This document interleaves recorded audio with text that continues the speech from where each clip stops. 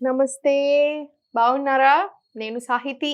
Certified nutritionist and certified yoga trainer. రోజు చెప్పి చెప్పి అలవాటయిపోయింది కదా!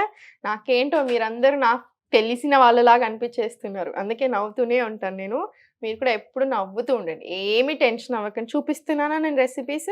ఏమన్నా కష్టంగా ఉన్నాయా? చూడండి ఎంత ఈజీగా ఉన్నాయి. రోజు చిన్న చిన్న చేంజెస్ చేసుకోండి. లైఫ్‌లో చాలా హ్యూజ్ ఇంపాక్ట్ ఉంటది. ఎప్పుడు బావుంటది.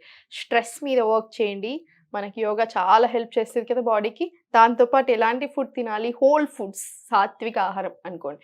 సో, ఎలా చేయాలి అన్నీ చూపిస్తున్నాను కదా! ఈరోజు కూడా అందులోనే ఒక రెసిపీ. ఇయన్నీ చూడండి చాలా తక్కువ టైంలో చేసేవి మీకు చూపిస్తున్నాను నేను.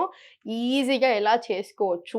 ఇది కూడా అందులో ఒకటి. చాలా ఈజీగా చేసుకోవచ్చు. వన్ పాట్ బౌల్స్ రెసిపీస్ అంటారు ఇవన్నీ. అంటే ఏంటి? తక్కువ పనితోటి. జస్ట్ ఒక్కటే యూజ్ చేసుకొని చేసుకునేటివి. సో, చూడండి ఈరోజు కిచిడి చేస్తాను. నాకు చాలా ఇష్టం. నాకెప్పుడు ఓపిక లేకపోయినా క్లాస్ అయిపోయినంక 7:15కి నా క్లాస్ అయిపోతది కదా! అవ్వగానే వెంటనే ఎళ్లి చేసుకుంటాను. లేదా నా హస్బెండ్ అయినా చేస్తారు. ఇది ఈజీ ఉంటది. హెల్త్‌కి కూడా చాలా మంచిది. సో, చూడండి రైస్. వైట్ రైస్‌ని విలన్‌లాగా చూడకండి. అన్నం పరబ్రహ్మ స్వరూపం అంటారు. అన్నం మంచిది. డైజెషన్‌కి చాలా మంచిది.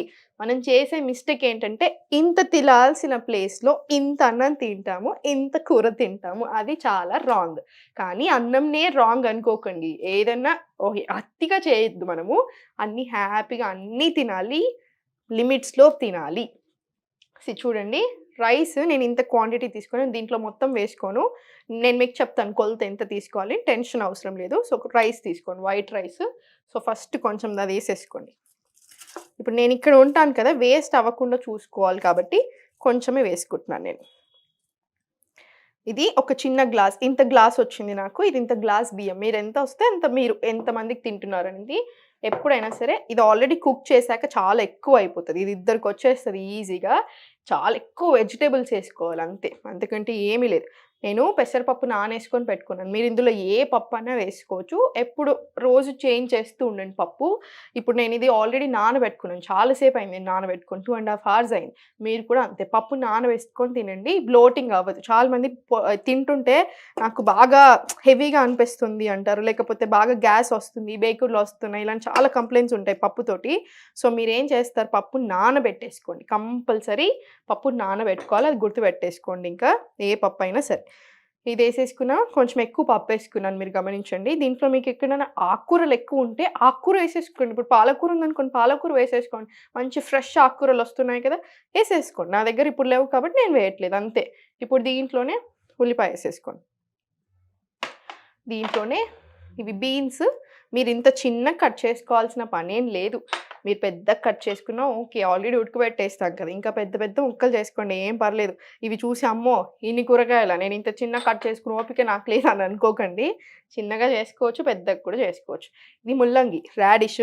రాడిష్ కూడా చాలా మంచిదండి బాబు. రాడిష్ కొంతమంది చేదు ఉంటదని అనుకుంటారు. ముందు కావాలంటే చిన్నగా టేస్ట్ చూడండి మీకే తెలిసిపోతది.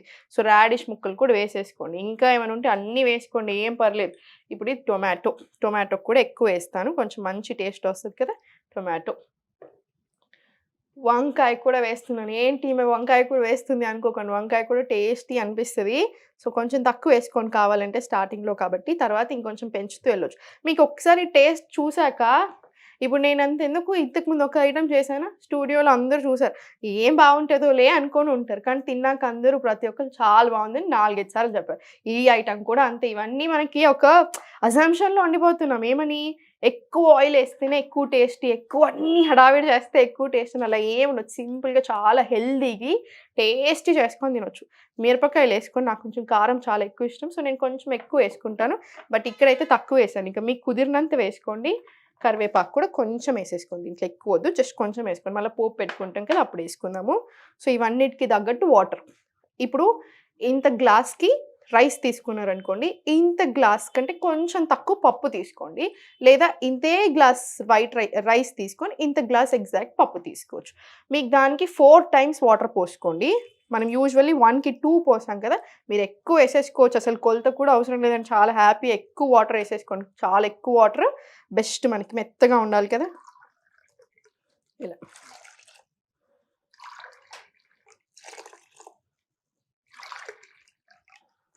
ఇలా స్లోలీ తీసేసుకోండి. లాస్ట్‌కి మనకు ఒకవేళ కొంచెం వాటర్ తక్కువ అనిపిస్తే మళ్ళీ మనం ఇంకొంచెం వాటర్ యాడ్ చేసేసుకొని కలుపుకోవచ్చు. మీకు ఆ టెన్షన్ ఏం లేదు. సో నీట్‌గా ఇది పెట్టేసుకోండి. అల్యూమినియం అయితే నేను అస్సలు సజెస్ట్ చేయను. అల్యూమినియం మాత్రం వాడకండి. ఇలా స్టీల్ కొనుక్కోండి. స్టీల్‌లోనే యూజ్ చేయండి. ఇంక ఇది పెట్టేసుకోండి స్టవ్ మీద. మనం విజిల్స్ వచ్చేదాకా వెయిట్ చేద్దాము. విజిల్స్ ఎన్ని రావాలి? ఒక 2 or 3 విజిల్స్ మినిమమ్ వస్తే బెస్ట్. పెసరపప్పు కదా! సో జస్ట్ 2 విజిల్స్ అయినా మనకు సరిపోతది. మీరు కంఫర్టబుల్‌గా, హ్యాపీగా ఇంట్లో ఏ కూరగాయలు ఉంటే ఆ కూరగాయలు వేసేసుకోండి. ఇంకేమైనా ఉంటే అవి కూడా వేసుకోవచ్చు. సోరకాయలు నా దగ్గర ఇప్పుడు లేవు. నేను వేయలేదు. మీరు సోరకాయ కూడా వేసుకోవచ్చు. సోరకాయ చాలా మంచి వెజిటబుల్. సోరకాయ కూడా వేసుకోవచ్చు.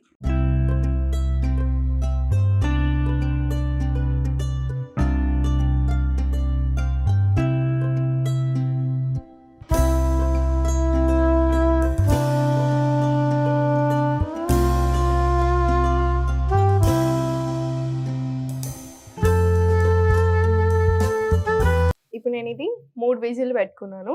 మీరు 4 పెట్టుకున్నా సరే, 3 పెట్టుకున్నా సరే ఇంకా మీ ఇష్టము. మీరు తీసుకున్న క్వాంటిటీని బట్టి. నేనైతే 3 విజిల్లు పెట్టుకున్నాను ఇప్పుడు నేను చూపించిన మెజర్‌మెంట్స్‌కి. ఇప్పుడు దీన్ని పోసేసుకుందాం మనము. సో కొంచెమే ఆయిల్ వేసుకోండి. మనకి ఇవన్నిటికి మీరు చూడండి నేను చాలా తక్కువ ఆయిల్ వేస్తాను అన్నిటికి. సో కొంచెం ఆయిల్ వేసుకోండి చాలు. ఇంతే ఆయిల్ సరిపోతది. అందుకే ముందే వేయాలి. అన్ని కూరగాయలు ఇప్పుడు దాంట్లోనే వేసి ఉడకబెట్టడానికి మెయిన్ రీజనే అది. మళ్ళీ కూరగాయలకు సెపరేట్‌గా మళ్ళీ దాన్ని వేయించి ఇవన్నీ చేశారనుకోండి ఎక్కువ ఆయిల్ పడిపోతది. ఇంత ఆయిల్ చాలు. లాస్ట్‌కి మనం నీట్‌గా కొంచెం నెయ్యి వేసుకుంటాం. సో మీకు ఏ టెన్షన్ అవసరం లేదు. సో కొంచెం నెయ్యి కాగనివ్వండి.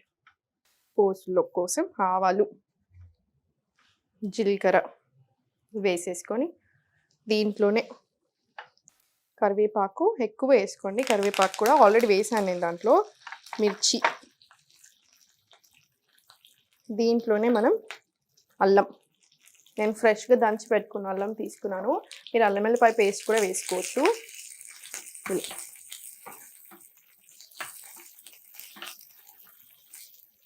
స్లోలీ దీంట్లోనే పసుపు వేసుకుందాం కొంచెము. మీకు ఎంత కావాలంటే అంత వేసుకోండి. పసుపు అవాయిడ్ చేయకండి. కంపల్సరీ వేసుకోండి పసుపు.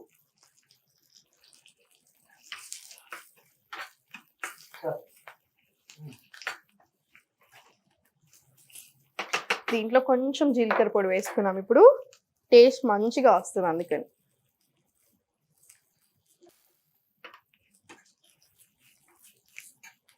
సో ఇది ఆఫ్ చేసేసుకొని ఇప్పుడు మీరు విజిల్స్ 3 వస్తాయి కదా, దాని తర్వాత ఎసరు ఉంటుంది కదా, ఇమీడియట్లీ ఏం తీయకండి.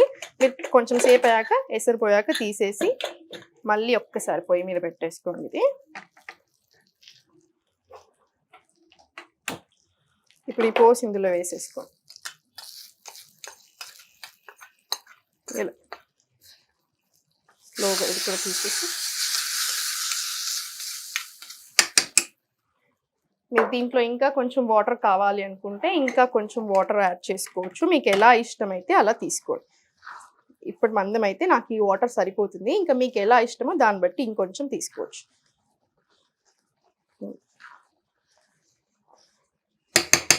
మీరు గమనించారో లేదో మనం ఇంకా ఉప్పు వేయలేదు. సో ఇప్పుడు ఉప్పు వేసుకోండి కంపల్సరీ. ఇంకా మీకు ఎంత ఇష్టమో దాన్ని బట్టి వేసుకోండి. నేను కొంచెం ఉప్పు తక్కువ తీసుకుంటాను. సో మీకు ఎలా కుదిరితే మీకు అలా.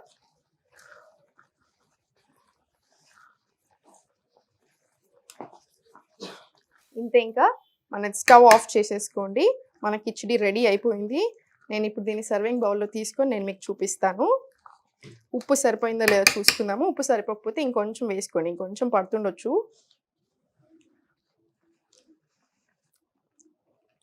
కొంచెం వేసుకోండి సరిపోతుంది.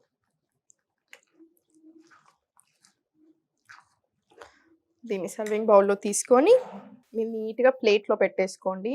దీంట్లో నుంచే అన్ని కూరగాయలు వచ్చేలాగా చూసుకోండి. సర్వింగ్ బౌల్లోకి తీసుకొని పెట్టుకోండి. ఇప్పుడు కంపల్సరీ తినే ముందు నెయ్యి యాడ్ చేసుకోండి. ఆవు నెయ్యి తీసుకోండి. ఆవు నెయ్యి చాలా చాలా మంచిది. ఇంకా మీరు గుర్తుపెట్టేసుకోండి. ఇప్పుడు ఈ సర్వింగ్ బౌల్‌లో తీసుకున్నాక కంపల్సరీ ఆవు నెయ్యి వేసుకోండి. మీరు 2 టీ స్పూన్స్ వేసుకున్నా సరే, నాకు ఆవు నెయ్యి అంటే చాలా ఇష్టము. మనకి డైజెషన్‌కి చాలా చాలా మంచిది. సో, కంపల్సరీ వేసుకోండి. అమ్మో! నేను లావైపోతానేమో అన్న ఆలోచన తీసేయండి. ఆవు నెయ్యికి చాలా చాలా మంచి ప్రాపర్టీస్ ఉంటాయి.